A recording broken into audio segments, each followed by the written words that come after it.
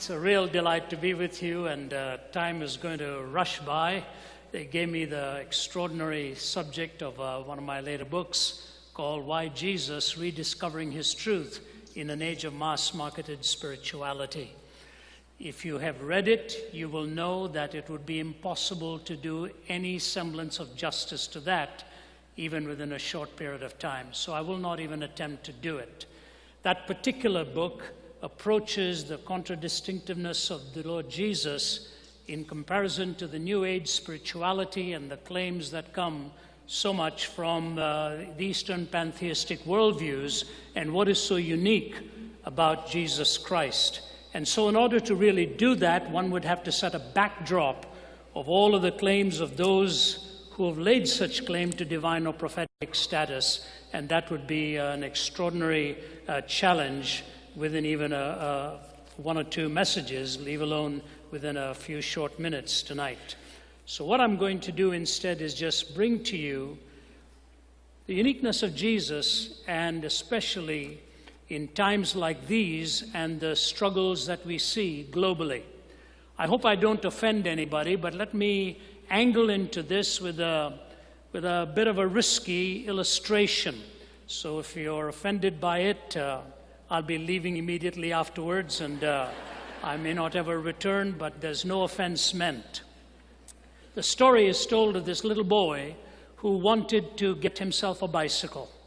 So he didn't know how to pray, and he decided to watch Christian television programming. And the first night he watched an enormous amount of, I guess you know where this is all going.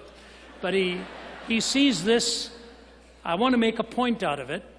He sees this whole episode in a high church story, and he begins this prayer: Almighty and everlasting God, if it is in your eternal plan that I have myself a bicycle, may it be mine by tomorrow morning, world without end. Amen.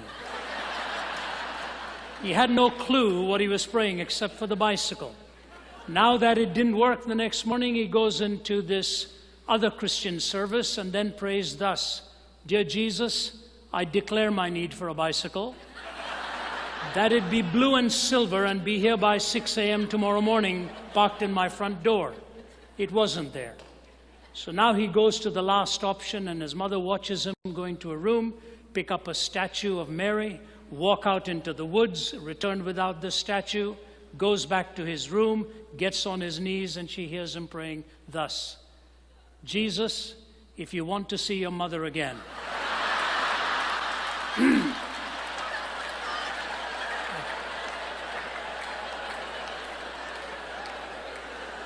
now I want to ask you this. I want to put you to put yourself in the place of a person who knows nothing about who Jesus is. And all you're going to learn from about Jesus is by turning on Christian television programming. What do you think would be the conclusion you would make from a majority of programs? Certainly not all of them, because there are some extraordinary voices, clear voices, powerful voices that are biblically authentic and retain the integrity of the message, albeit attempting in their best ways to use the methods of our time.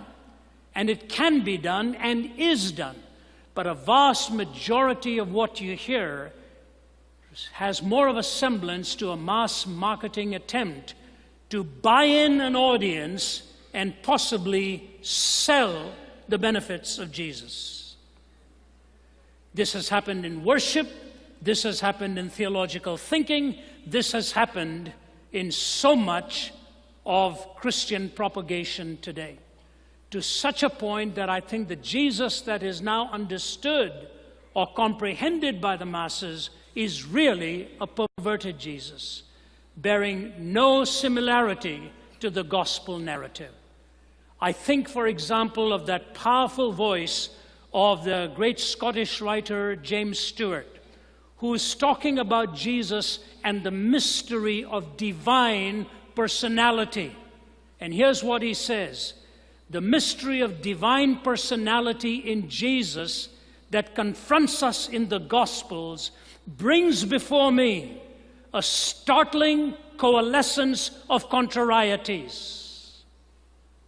A startling coalescence of contrarieties, not contradictions. A coalescing of contrarieties. And he explains himself.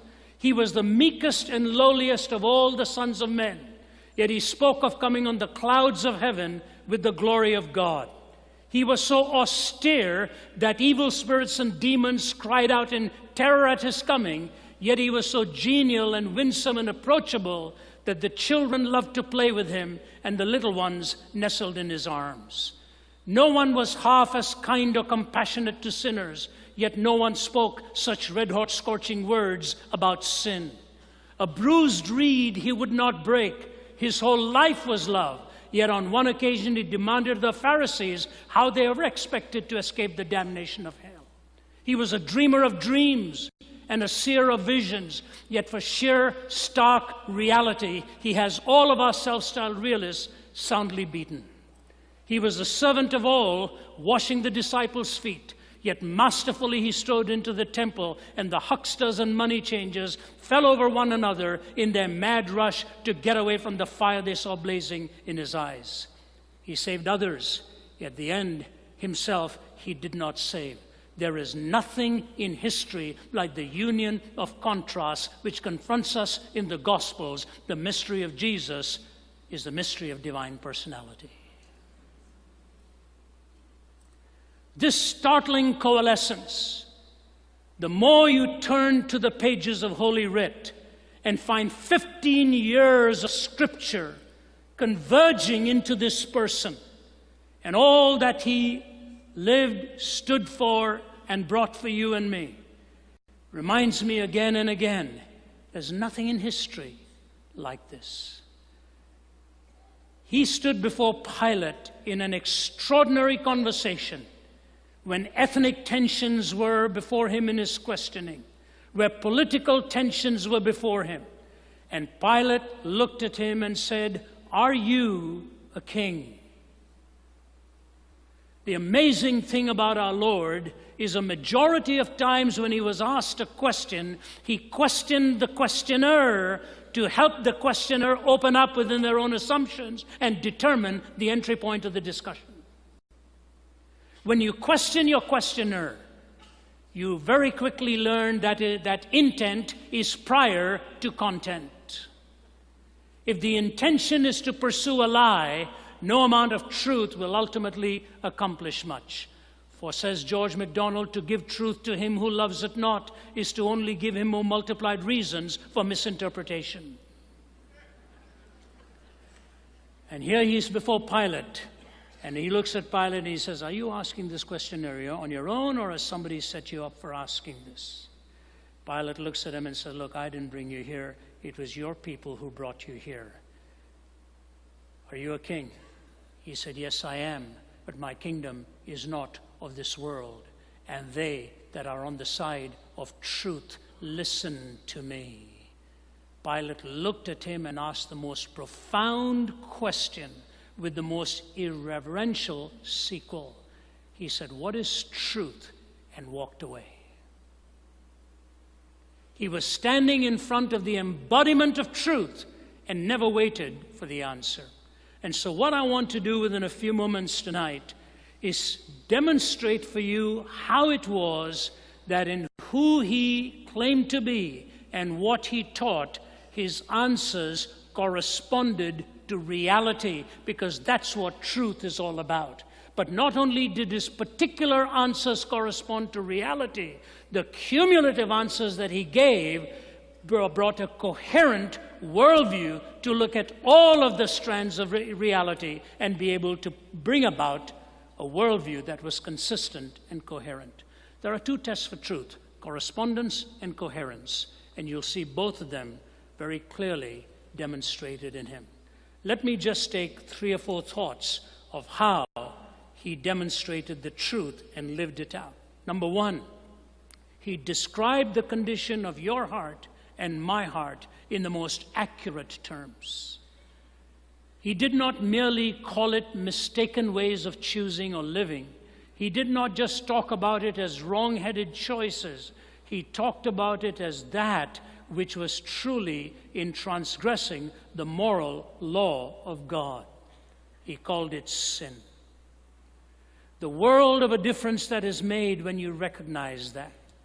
Just a few days ago, I was talking to a good friend of mine in Atlanta, one of the fine comedians, Jeff Foxworthy. And Jeff and I were talking, and you know, a lot of people don't know the marvelous work that this man does for Christ. And we were talking on the phone and planning an event together. And I said, how was your day today? It was a Sunday night. I was actually just 2 Sundays ago, I was in Indonesia, and I was talking to him from there. He said, Ravi, I've just come back from my favorite time of the week, where he goes and does a Bible study with the homeless in the inner city in Atlanta. And here's what Jeff said to me. He said, the more he described it, I said, Jeff, I want to go with you sometime. He said, I would suggest you don't, because it's addicting. He said, everybody I take there never wants to do anything but come back with me. And he said, Ravi, there's one guy there who we'd been studying the prodigal son's story, and this guy's been a homeless man for 22 years. And he said to us last Sunday, he said, Jeff, I want to say something to you. The more I read of the prodigal son's story, I realized my life had just not been exemplary in mistaken choices, but that I had sinned before God. He went back home to his mother, and he said to her, I have lied to you, I have stolen from you, I have cheated you, I have betrayed you, I have done so much to hurt you. Mother, I want you to know, I've not just made mistakes, I've sinned against God, and I've sinned against you, and I ask you to forgive me. Jeff said, Ravi, the guys sitting around there listening to this, it wasn't long before the tears were running down their faces, and his mother finally said to him, I want you back home. I want you back home. And so he was bidding his homeless mates goodbye on the recognition of sin, finding finally again the reunion with his family. It was the famed psychologist Hobart Maurer, one-time professor at Johns Hopkins, one-time professor at Harvard, who committed suicide when he was 75 years old. He wrote an article in the American Psychologist, and to you as counselors, I think it'll be extraordinary if you haven't heard this statement from him. He wrote an article in 1960, sometime before he took his own life. He called it Sin, the Lesser of Two Evils. And here's what he said. For several decades, we psychologists have looked upon the whole matter of sin and moral accountability as a great incubus, and we've acclaimed our liberation from sin as epoch-making. But at length we have discovered that to be free from sin, that is to have the excuse of being sick rather than being sinful, is to also court the danger of becoming lost. This danger is, I believe, betokened by the widespread interest in existentialism which we are presently witnessing. In becoming amoral, ethically neutral, and free, we have cut the very roots of our being, lost our deepest sense of selfhood and identity, and with neurotics themselves now find ourselves asking, who am I, what is my deepest destiny, and what does living really mean? And then he quotes the Anna Russell psychiatric folk song. At 3, I had a feeling of ambivalence towards my brothers, and so it followed naturally. I poisoned all my lovers. But now I'm happy I have learned the lesson this has taught, that everything I do that's wrong is someone else's fault. You know what Hobart Maurer said when he wrote that article? Sin, the lesser of two evils? He said he got more adversarial and hostile mail from his contemporaries in the discipline of psychology, wondering if he too had now succumbed to this idea of sin rather than just dealing with some kind of a naturalistic horizontal theory of psychological maladjustment. It is true, when you look at your heart and I look at mine, the dark designs that often stalk us. I'll never forget in the 1980s, when I was relatively early in my ministry, I'd been invited to speak at some of the universities of Poland. This was still in the days of the Cold War. And on a given morning, my host, who was a medical doctor, asked me if I'd want to go to Auschwitz and spend a morning there. I said, you know, I've seen Buchenwald and Dachau. He said, no, they are concentration camps. This is a death camp. I think you ought to come with me. And so we took that long drive from Warsaw to Auschwitz. It was a cold, foggy day. I wasn't emotionally prepared for what I was going to see. Till this very day, I can tell you it made a profound, life-changing impact upon my own thinking. As we walked in and began to go from room to room and see the horrors of what was orchestrated there, where they were being slaughtered at the rate of 12,000 every day. I walked into one room and saw 14,000 pounds of women's hair stashed behind glass, where the women had been scalped before they were taken into the gas ovens.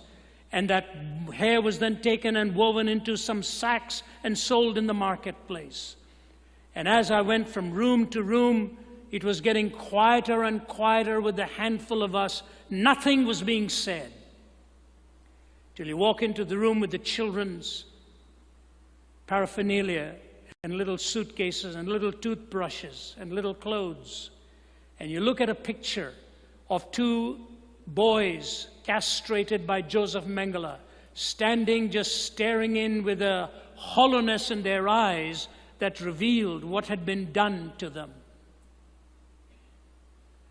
And just before the gas ovens, there was a sign there, the words of Adolf Hitler, "I want to raise a generation of young people devoid of a conscience, imperious, relentless, and cruel." I remember walking away from there, and Henrik, my host, saw the emotional trauma that I'd gone through. We didn't say very much on the drive back. And you know, the tragedy of what happened there is that it came through the medium of what was at that point one of the most educated nations in the world. And it came through men and women who were described in their biographies as ordinary people. See, the human heart is capable of despicable depths, your heart and mine. No matter who we are. And Jesus described it so accurately, so correctly. The lust of the flesh, the lust of the eyes, and the pride of life. These three sum it all up. He described our condition. But secondly, he provided for our malady. You can go through the pages of any worldview and any religion. I'll guarantee you something. You will never find what you will find in the pages of the Gospels. In every religious worldview, you pay. In Buddhism, you pay. In Hinduism, you pay. The whole cyclical world of karma. In Islam, you pay. You ask any devout Muslim, how do you hope to gain entrance into paradise? His answer will be very straightforward to you. I'm not making a caricature of this. This is legitimate, authentic Islamic doctrine, that your good deeds will have to outweigh your bad deeds. And when those good deeds outweigh your bad deeds, you make your entrance into paradise. And the metaphor of that paradise is in sensual terms. I know a man from Iraq who told me that when he walked to the mosque on Fridays, he would determine which mosque he went to based upon how miserable a week he'd had in his behavior. The worse he'd been through the week, he'd go to a farther away mosque and count the number of steps he was taking so that his good deeds would outweigh his bad deeds. I remember some years ago being asked to speak at the United Nations at their prayer breakfast, and they wanted me to speak on the search for absolutes in a relativistic age. It's tough at any hour of the day, leave alone early in the morning. And because of the nature of the setting, you're only given a handful of minutes, 18 to 20 minutes, and that's understandable. But what's even more daunting is that there's a plurality of worldviews out there. So you have to be very careful how you even approach the gospel. So my approach has always been take about 18 minutes to talk about something with which you'll find the common ground, and take the last 5 to 7 to bring the gospel into it. So I said, what absolutes are you looking for? What areas? You're looking for an absolute to define evil. You talk about evil empires here, which means you must have a definition for evil. You talk about justice. You have to be able to define what justice is and find an ontic point of reference for true justice. And you have left your families and your home and you love them, but in your heart you're tempted and you want to honor the dictates of love and the demands of love. You need an absolute. Evil, justice, love. I said, sometimes you're going to blow it big time, and you're going to come to your mates to ask for pardon, forgiveness. What is the basis on which you even can be forgiven? Evil, justice, love, and forgiveness. I said, ladies and gentlemen, can I ask you this question? Do you know where in the world these four converged on a given day? It was on a hill called Calvary, when evil, justice, love, and forgiveness came together in that historic moment of the crucifixion of Jesus.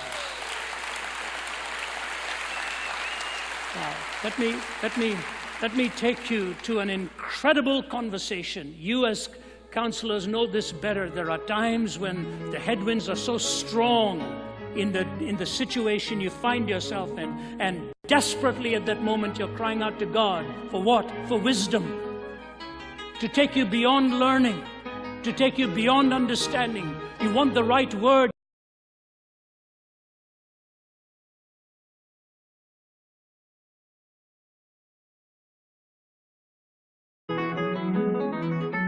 I remember speaking at a conference for pastors and leaders in Europe, and they were telling some self-deprecating jokes, and this one's a bit hard to remember, but one of them stood up and he said, you know, the European concept of heaven and hell are very unique.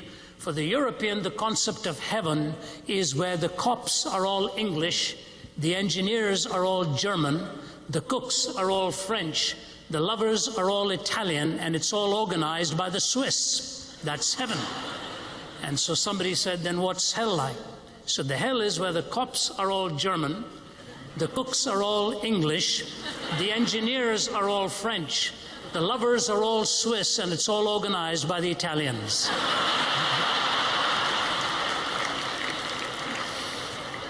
And you know, they were just laughing hilariously because they could all see their own idiosyncrasies. We've come to a time in history where you have to be so careful with any humor that in any way implies somebody is better off or worse off than you. And in the process, we've lost some wonderful cultural nuances which are systemic and endemic to the way we think. The fact of the matter is, when you're talking about American culture, one of the most difficult things here is to identify what American culture is like. Now, comedians can do a great job, and they laugh at aspects of the way we behave and what we do and how we think. But if you were to put some monolithic notion to American culture, it is easier to put it from our entrepreneurial standpoint than it is on the way we actually think. We have an enterprising spirit, we have an investing spirit, we know how to do marketing well, we know how to make money, distribute money, and so on, and make a market for almost anything that comes into the commercial arena. But how do we think as Americans? And isn't it rather odd, to your own credit, that you've actually got an Englishman and an Indian talking about how Americans think?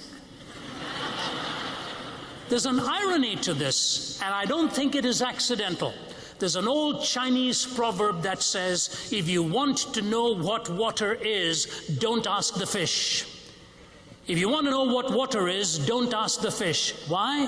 Because the fish never, ever analyzes its own environs. It is submerged in it. In order to understand what water is, the fish almost has to get outside of water to get the counter perspective of understanding what its normal perspective is like.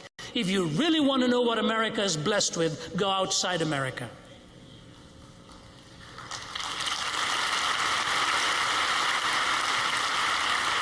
And time again, while I do about 200 to 300,000 miles a year, covering 15, 20 countries a year and covered nearly 60 in my lifetime now, I have many times come back and said, Americans do not know what it is they are destroying. What it is that we are systematically pulling apart. Now, I could go into many aspects of what our culture is like, but basically, when we start thinking of American culture, we are a group of individuals with an incredibly individualistic way of thinking. It's both the glory and the shame of America. It gives you the privilege as an individual to be yourself, but many, many times we find out that we almost have to sacrifice some of that ego and some of that pride in order to absorb that which may be different from us. Many, many years ago, Taylor Caldwell wrote the book Captains and the Kings. And in that book, she has one character saying this: I have no country, no allegiance, no loyalties, no kinsmen among others. The world rejected me when I was defenseless, and so I reject it now. With all my heart and with any passion I still retain, and ask of it only to remain apart from me as I do what I must do. Do not try to stir up in me any commitment to any man or nation or faith or cause. Do not try to draw me among you, or even to speak to me as one of you. Leave me alone, and I will let you alone, because if I should become any part of you or engage myself among you, I could not bear to live any longer. So let us live in a truce. The man who walked out onto the Virginia Tech campus and opened fire could have written 3/4 of that himself. I don't want to be a part of you. Leave me alone, and I will leave you alone. And he was desperately searching for an identity all along. If any one of you wants to get deeper into the subject, I recommend the book that I wrote many years ago called Deliver Us from Evil, in which I took 3 sociological phenomena that were making their move across the Western culture at that time. I won't go into that except to highlight 3 ideas that I shared. 3 things were happening in America from the 70s to the 80s. One was the process of secularization. Secularization is nothing more than this. It is a process by which religious ideas, institutions, and interpretations have lost their social significance. May I repeat that for you? Secularization is a process by which religious ideas, institutions, and interpretations have lost their social significance. So you take any moral issue of our day, any moral issue, from sexuality to the essence of life in its mother's womb, to the place of the home, and all of the place of religion and so on, and ask yourself the question, does a person with religious authority have any place in idea formation anymore? Or do you automatically rule them out by virtue of the fact that they are religious? When religious ideas, institutions, and interpretations have lost their social significance, and I mentioned in the book that if secularism has its way, ultimately, the logical outworking will be a sense of shame. Then I took the concept of pluralization. Pluralization is where there's a competing number of worldviews available to its members, and no one worldview is dominant. This is distinctively American. If you walk through the streets of India, there's no doubt in your mind that this is a Hindu culture. If you walk through Iran or through Saudi Arabia, there's no doubt in your mind that this is an Islamic culture. If you come into America very quickly, you will see the term pluralism, pluralization. But what has actually happened over a period of time, and I want you to understand this very carefully now, if pluralization is extended to mean moral relativism, then you're on a deadly course. You're absolutely on a deadly course. I was speaking last week at one of the universities of New York, and a student stood up and said to me, what about the theory of relativity then? Einstein propounded the theory of relativity, therefore relativism has to be true.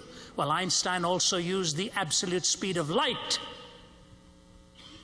in order to even postulate the theory of general relativity. And if the theory of general relativity is true, then it is not relatively true, it is true.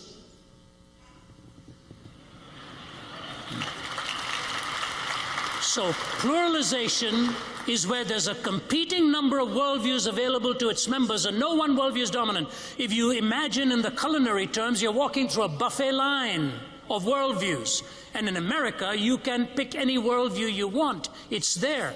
Now listen to me carefully.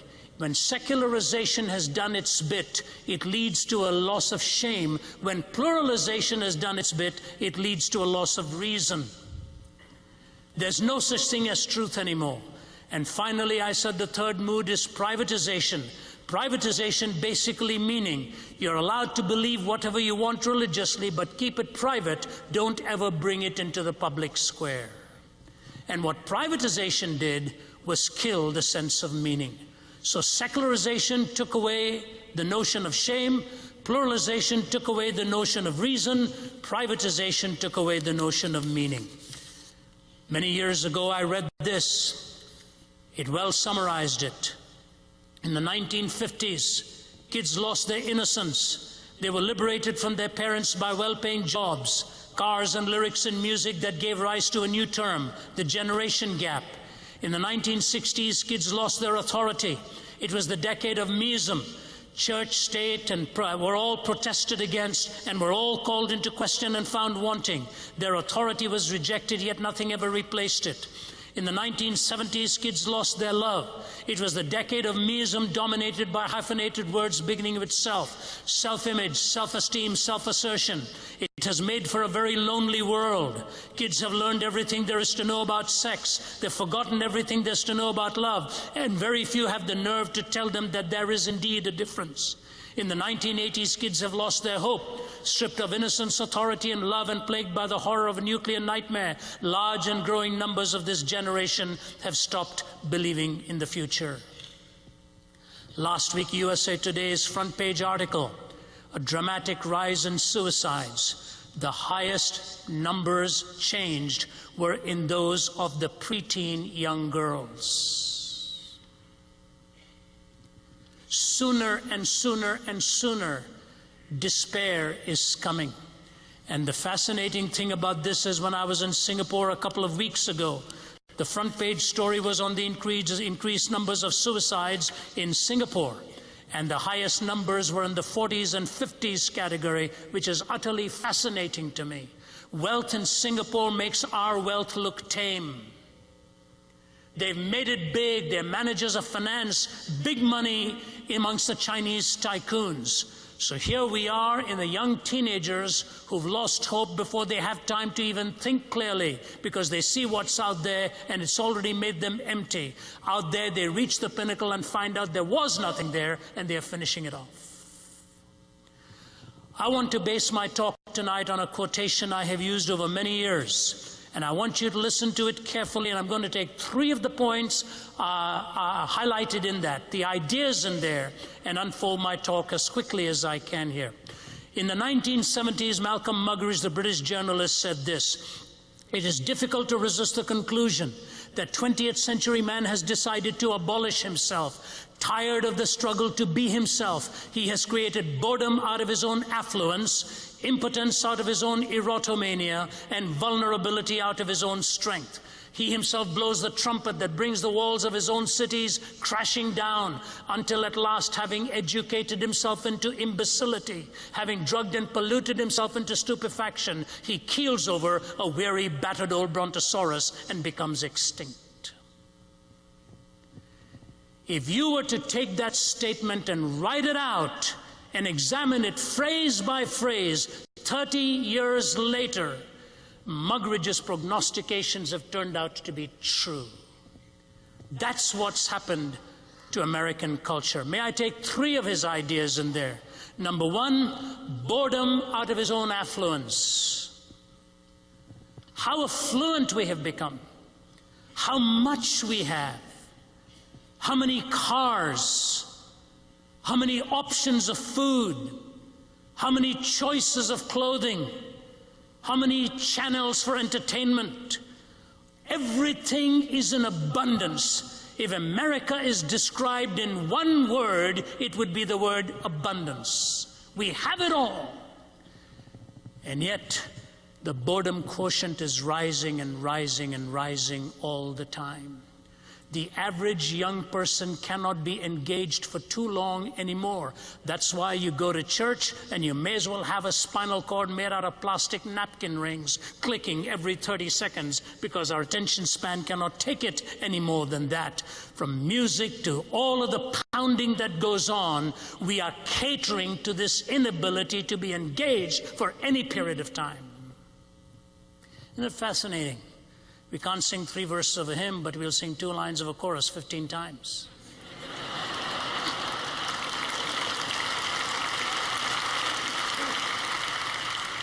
Do you know why? Because if you've already said it twice, you don't have to think the 3rd time. You've already checked out. The swooning can begin, the thinking can die. That's precisely what's happened. We are not able to move in the connectivity and the logical flow of thought. We cannot keep progressing along and with an idea. It has to stop, because the brain cannot be entertained for such protracted period of times with ideas. You know, I want to point out something here. If you are living for matter, materialism, you will be bored with your existence very quickly, because you have deep hungers that matter alone can never satisfy. You see, matter alone will never fulfill you. There's a soulish drive to belong. There's a soulish drive that wants to take you back to your roots. We all want to know from whence we came. How can a culture ever survive if it completely repudiates its roots? He who completely repudiates his roots is not very far from destroying the future as well. So materialism ultimately mitigates the force of the soul. Secondly, impotence out of erotomania. We have pressed the pleasure button so often that we end up becoming absolutely insatiable in pleasure. You press that button often enough, and again and again and again, and you'll find you've reached a point where you will no longer sense that pleasure. You have exhausted the pleasure calculus, as it were. You will never find that fulfillment. And so when materialism goes its full distance, it destroys the hunger of the soul. When hedonism goes the full distance, it ultimately severs into the hunger for relational values. When I wrote my book, Jesus Talks to Oscar Wilde, Sense and Sensuality, I never ever expected to read what I did from the pen of Oscar Wilde. I went into France, saw the hotel where he had spent his last hours in his 40s, the man who'd lived for sensuality and pleasure and indulgence unbridled. Any kind of sexuality you could think of, he had indulged in. His autobiography, though not intended, was almost crafted in the book, The Picture of Dorian Gray, the maligning of his life by pure, sustained, unbridled sensuality in every direction. He was the dandy of his time. He was the quintessential hedonist. People said when Oscar Wilde walked in a room with his red and black silks in his attire and the pinks and all of the colors, every head would turn, and Oscar Wilde would never worry about the attention. That's what he wanted. And yet, as he lay dying of this horrible disease he'd picked up in his body, his lover is sitting next to him. And as he turns his head, he looks at Robbie Ross and he says, "Robbie, I have a question for you. All those young boys you and I loved, did you ever love one of them for their own cause and their own purpose? Did you ever love them for their own sake?" What a question to ask on your deathbed. After a life of hedonism, which knew no boundaries, he's looking at his, quote, lover, and he says, "Robbie, before I die, I want to ask you this. Did you ever love any one of those little boys for their own sake?" Robbie says, "No." He says, "Neither did I. Neither did I. Get me a priest. Bring me a minister. Only the blood of Christ is big enough now to cleanse my heart. This was Oscar Wilde.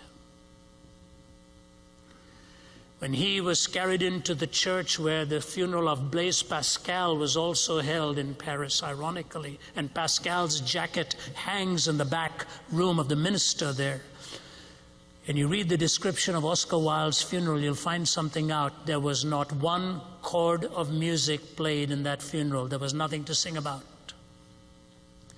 When you see his grave, it's a massive phoenix. And the words of Job are inscripted at his own request. My friends saw my plight and were horrified.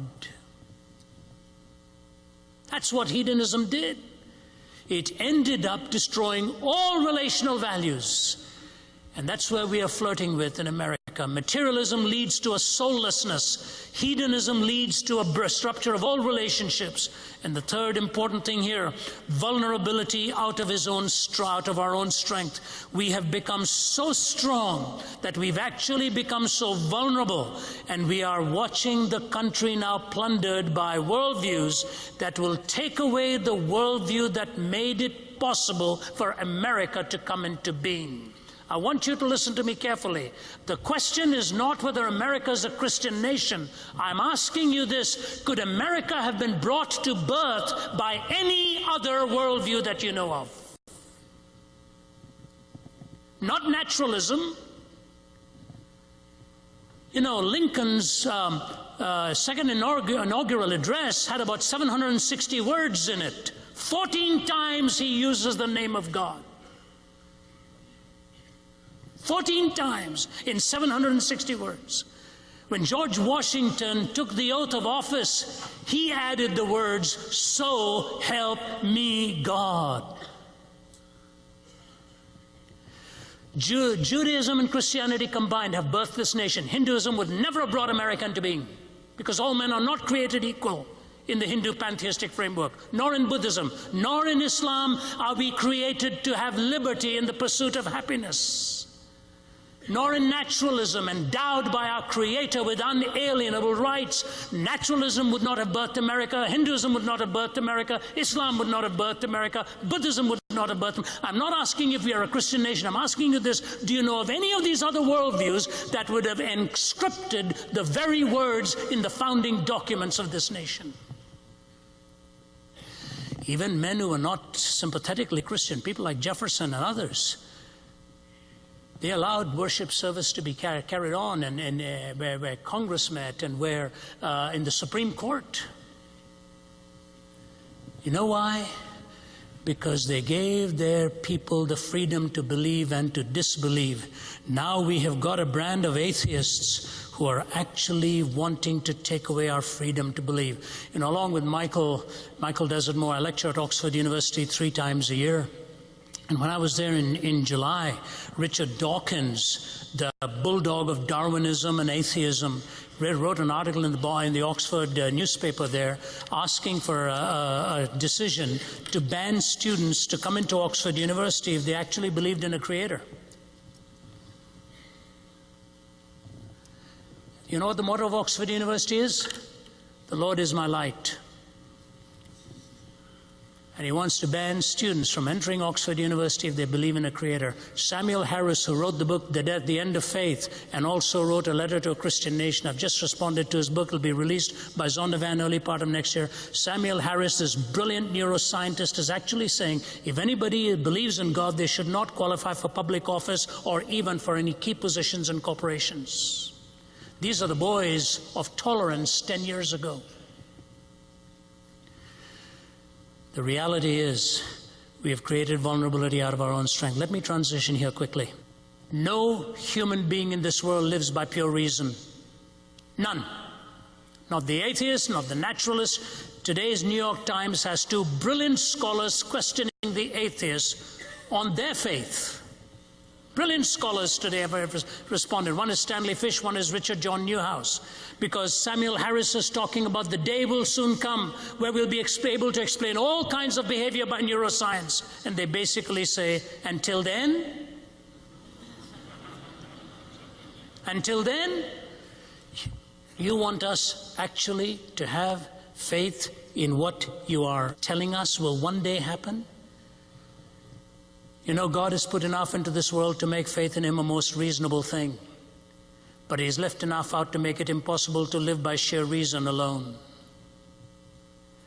And let me close with this illustration. When Lincoln took his oath for the second time, here's what he said. Each of us has looked for an easier triumph and a result less fundamental and astounding. Both have read the same Bible and prayed to the same God, and each invokes His aid against the other. It may seem strange that any men should dare to ask a just God's assistance in wringing their bread from the sweat of other men's faces. But let us judge not, that we be not judged. The prayers of both could not have been answered. That of neither has been answered fully. The Almighty has His own purposes. With malice towards none, with charity for all, with firmness in the right as God gives us to see the right, let us strive on to finish the work we are in, to bind up the nation's wounds, and to care for him who shall have borne the battle, and for his widow, and for his orphan. And he goes on. You know, it was on the steps of the Lincoln Memorial that Martin Luther King Jr. thundered the words, I have a dream, I have a dream, I have a dream. And just a few years ago, therefore, those words were carved into the steps of the Lincoln Memorial. On the left is the Gettysburg Address. Up the steps, Martin Luther King's words based on Isaiah 40. Here's what it says. I have a dream that one day every valley shall be exalted, and every hill and mountain shall be made low. The rough places will be made plain, and the crooked places will be made straight, and the glory of the Lord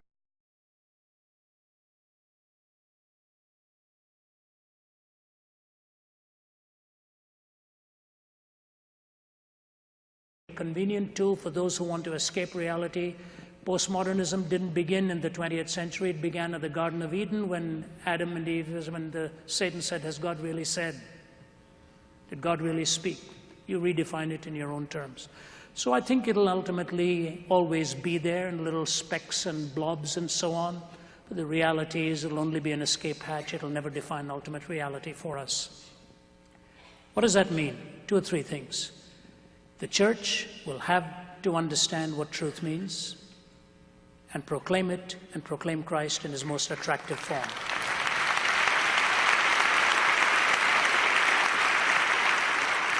Secondly, we have to start understanding that many people who come into our churches are already hurting. We daren't hurt them anymore. We plunge our hands into raw wounds when people come. One of the biggest churches in the country has just released its study. It came out last week. It's in my hand. The pastor of that large, huge church that set the mold for many others, I won't even use the terms, said it rocked him to his boots when he saw the results. He said, I had an option either to not disclose this or to disclose it. He said, to disclose this is hurting me, but not to disclose it would hurt us more.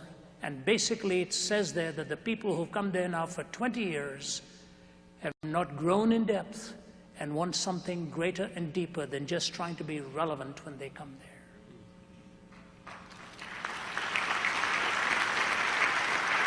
The church is a community, and it's hard work. You know, Jeff and I often talk, and he'll often rib me about something intellectual or so, and, you know, deprecate himself in some way. And I've said to Jeff, I said, Jeff, you're a genius.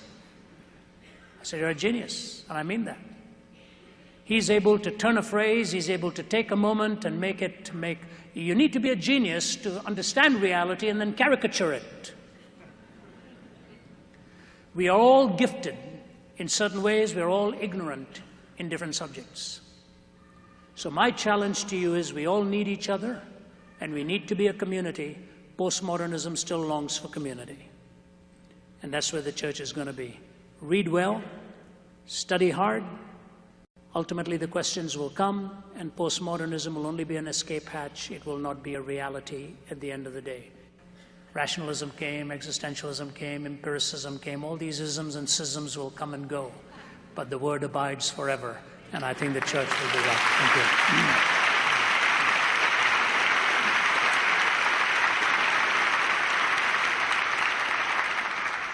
I hope we're recording this. You did hear that, Mom, didn't you?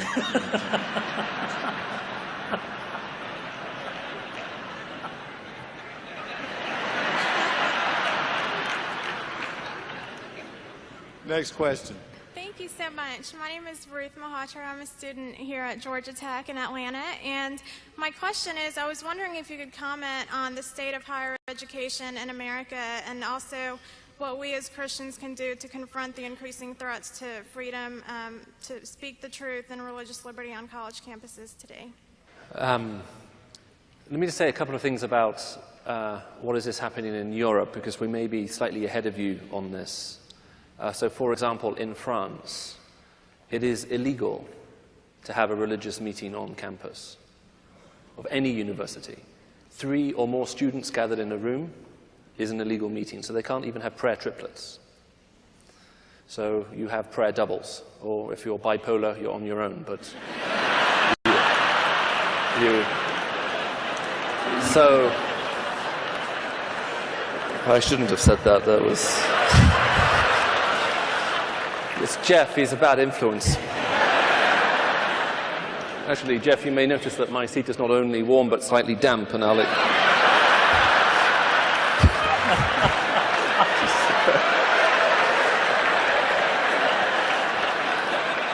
this really is going to be my last RCIM engagement, isn't it? Now, the situation is different in Europe. We've had a huge belief in the value of education in Europe for a very long time, which is why it's been free. And it's only recently that even at universities like Oxford and Cambridge and the University of Paris and so on, where you've actually had to pay to go. Now, they have begun to have to change that slightly, and they do charge for it. I myself have been opposing that idea. It was at Oxford University where at Cambridge, where a guy called Wittgenstein, who was the youngest professor of philosophy ever to be appointed in the history of the university, he said this to his students. He said, "It is my job to move you from believing in disguised nonsense to believing in patent nonsense." In other words, what he was saying was, everything is nonsense. Everything. Nothing makes any sense. But that fact is disguised from you. But after 3 years of doing a philosophy degree at the University of Cambridge, you will graduate with a degree in patent nonsense. Everything is nonsense, but you'll know it's nonsense. And that's why I'm opposed to university fees. I mean, why pay to get a degree in nonsense? It doesn't seem to make any sense.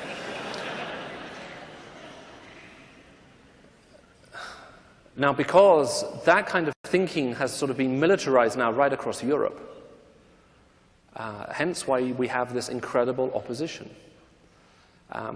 And so, for example, another one of Richard Dawkins' statements is that no professor at university should be allowed to teach if he believes in God. He went on to say that anyone who questions the idea of atheistic evolution should be expelled from the campus, our campus, where I'm also on the faculty. One of my colleagues, John Lennox, stood up and said, "Excuse me, when I was trained as a scientist, we were told to question everything." Are there now some things which are beyond reach, which are going to have to be addressed? So I think these have become very crucial issues. But let me just reiterate something that Ravi said about freedom, where he said freedom is not free. Let me just try to explain that. Freedom is not doing whatever you want, whenever you want, however you want to. That is not freedom, that is anarchy. Anarchy and societies that are ruled by anarchy are marked out by a loss of freedom, not by the multiplication or the gain of it. Freedom is a moral concept. It only exists within a moral framework, which is why, after the Declaration of American Independence was signed, Samuel Rutherford, who was one of the signatories to that declaration, said that a nation, once it is equally poised, must either preserve its virtue or lose its liberty. That a nation, once it is equally poised, it's in the balance, either preserves its virtue or loses its liberty.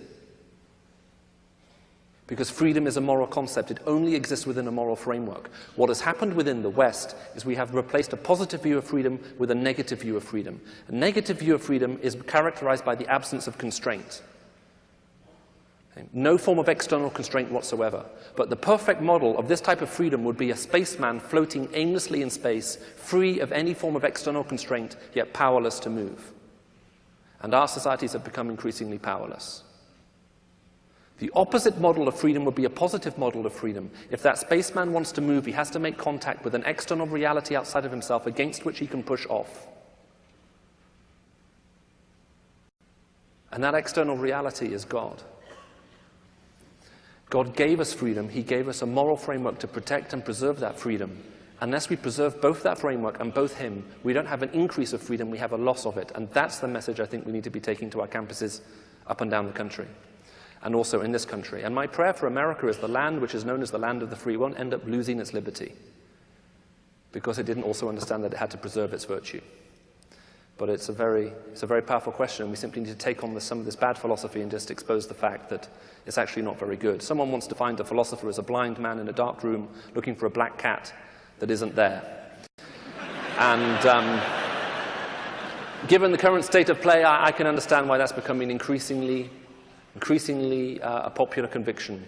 And what we simply need to do is explain what the very nature of freedom is itself, and why we enjoy the academic freedoms that we enjoy that we wouldn't enjoy in any other kind of university system almost anywhere in the world, and help understand that those are some of the things that actually make us great, and we have to be prepared to make a stand for those things if we want to keep the kind of society that we have taken for granted for so long. But it's a good question, and now I'll let the master, and I'll go and sit on the dry seat over here.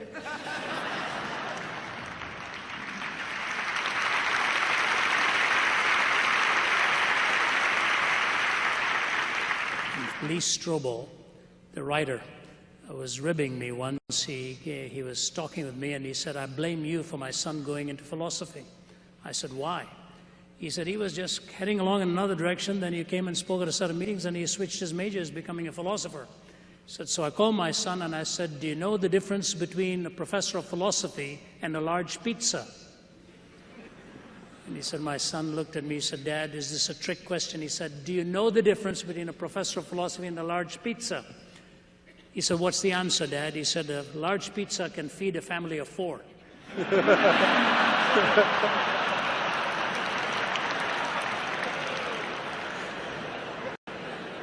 You know what? We don't like to pay our dues of thinking.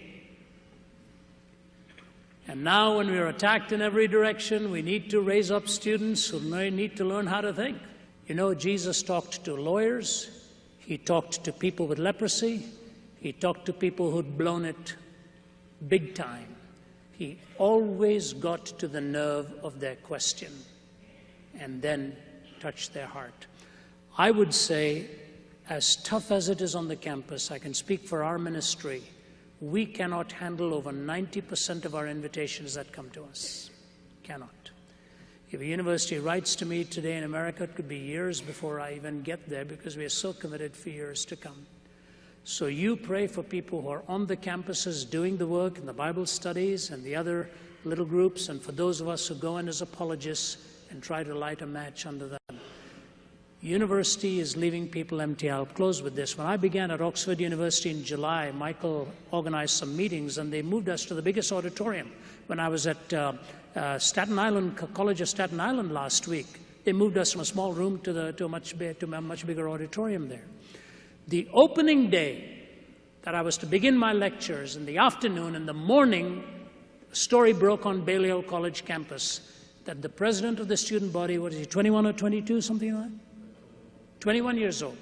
President of the student body, Balliol College, had taken his life.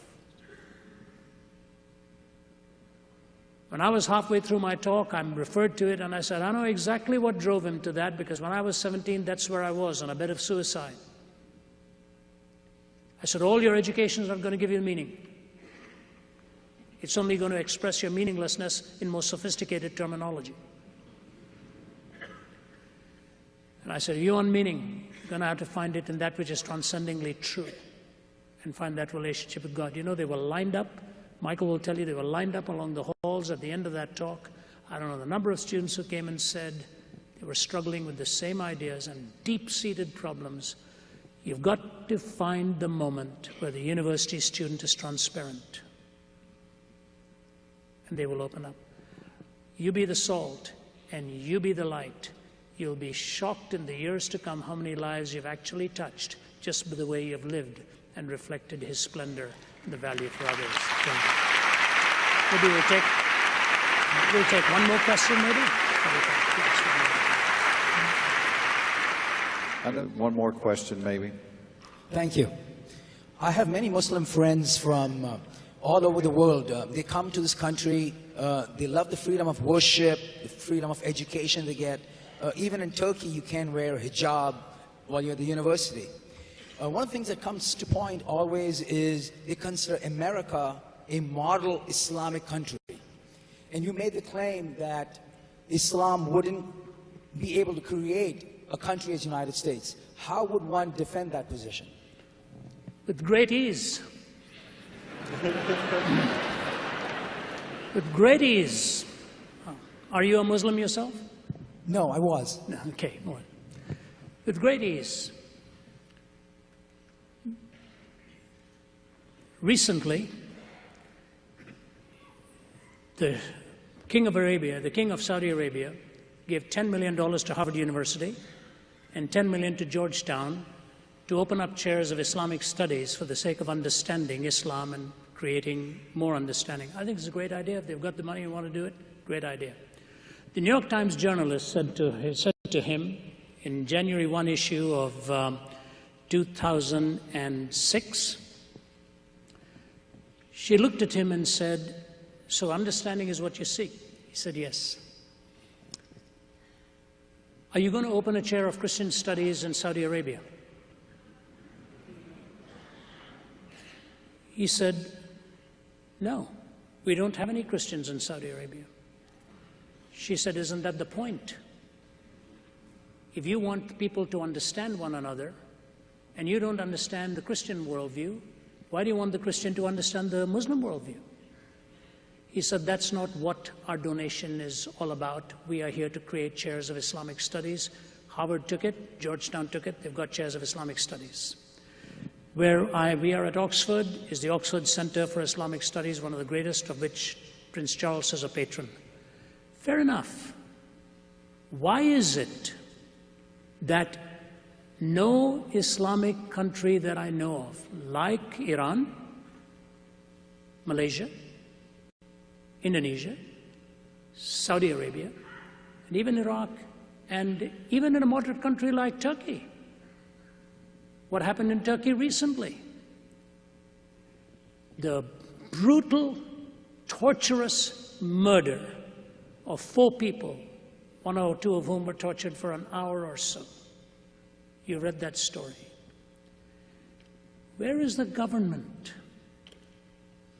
Where is the outcry in the media in those places? There was a little bit of this, a little bit of that.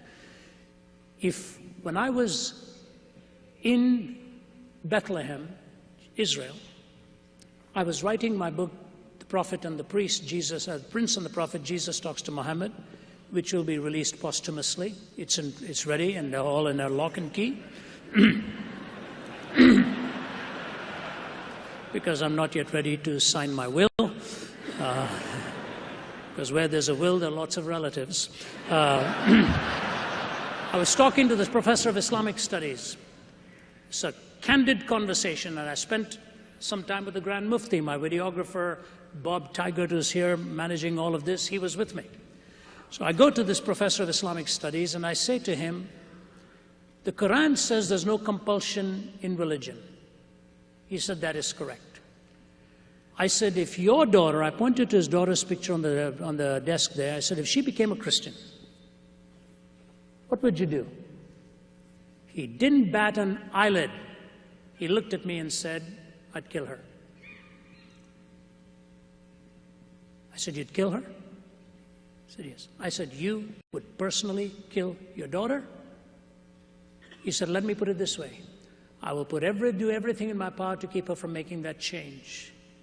But then I will turn her over to the authorities and they will have to do the execution, but I will have her killed." I said, "So there is compulsion in religion. There's no freedom to disbelieve.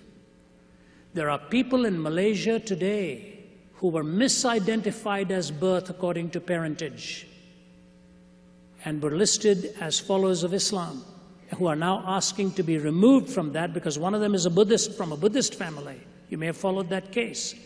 He doesn't even have the right to go to court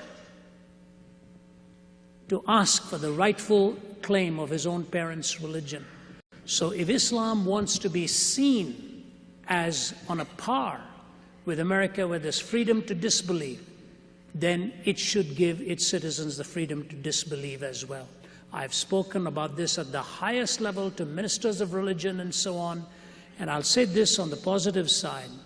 I'm grateful to God that they've given me the honor of speaking there many times. I've been to some places I can't even publicly mention to you, and Michael has spoken at madrasas. Our team is invited. We are in many, many Islamic countries. We go there and we truthfully but cordially engage them. With students, with faculty, I speak very respectfully, but I ask hard questions because they ask me hard questions. America will never force religion down your throat. If it does, it is in violation of its own constitution. That's why I think a theocracy is not what we need. We need the freedom for the Christian to be a Christian. My question to the academy is, why do you allow the legitimation of any other, legitimizing any other belief system, but you delegitimize Christianity on the campus? That is a prejudice.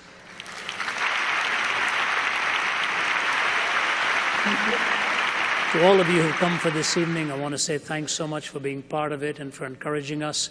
Please do pray for us. We've got several major events along the way. Let me just close with this thought and then with a time of prayer, just to close the meeting in prayer. I've been sitting here thinking, here we're in Atlanta. We know the names of our streets, Peachtree something somewhere, You go to Washington and you're talking about Pennsylvania Avenue. You go to New York, it's Fifth Avenue. You go somewhere else, there's bound to be a main street. These names, we walk across and we see them. And we think about America. It's in these homes and on these streets that America lives. And it's a huge moment of opportunity. As dark as it may seem, there are many, many bright things happening. Believe me, many bright things. In political corners and so on. He holds the heart of the king in his hand. The nations are a drop in a bucket. God can well do without any one of these nations, but he has chosen to shed his grace on this nation for a particular time, for a particular purpose. When I was in Damascus, Syria, recently, the chief of one of the major agencies, who was not a Christian, welcomed me, sat me down for an hour and told me they'd welcome me back and wanted me to have top clearance to come and speak there anytime. His beads in his hand, he leans forward and he said, "This is where it all began, When a man was put in a basket and lowered over a wall, this is where it all began." I said, well, it actually began a little down the road here, but the man in the basket was put in and then up the road went and helped change the world. Jesus had a team of bungling, stumbling misfits. I don't know if I would ever have hired Peter in my organization. And as for the sons of thunder, we have a lot of them in organizations. Each boy wants the right hand. And yet, they conquered the known world of their time. He has chosen the weak of this world to confound the wise. We know the last chapter, and we know every knee shall bow and every tongue shall confess that Jesus Christ is Lord, to the glory of God the Father. One of my heroes was a man by the name of Francis Thompson. He was a genius, but he got onto drugs. 3 attempts at Oxford University, he failed. Their father never knew where he was. He was roaming the streets of London in 2 places: Charing Cross to buy his drugs, River Thames, where he'd cover himself with his dirty raincoat and go to sleep at night. In the winter cold of London as well. He'd go to the dustbins and find newspapers and write letters to the editor, and the editor would write back, write an article and say, "There's a greater than Milton living among us, but there's no return address." Charing Cross, River Thames. Charing Cross, River Thames. He read the Bible, came to Jacob's story. God brought him to his knees, and he wrote these words: O world invisible, we view thee. O world intangible, we touch thee. O world unknowable, we know thee. Inapprehensible, we clutch thee. Does a fish soar to find the ocean? An eagle plunge to find the air? Do we ask of the stars in motion if they have rumor of thee there? Not where the wheeling systems darken, or our benumbed conceiving soars, the drift of pinions would we hearken, beats on our own clay-shuttered doors. The angels keep their ancient places, touch but a stone and start a wing. 'Tis ye, 'tis your estranged faces that amiss the many splendored thing. But when so sad, thou canst not sadder, crying upon thy so sore loss, shall shine the traffic of Jacob's ladder, between heaven and Charing Cross. Yea, in the night, my soul, my daughter, cry clutching heaven by the hems, lo, Christ walking on the water, not of Gennesaret, but Thames. He walks Peachtree Street. He walks Pennsylvania Avenue. He walks on State Bridge Road.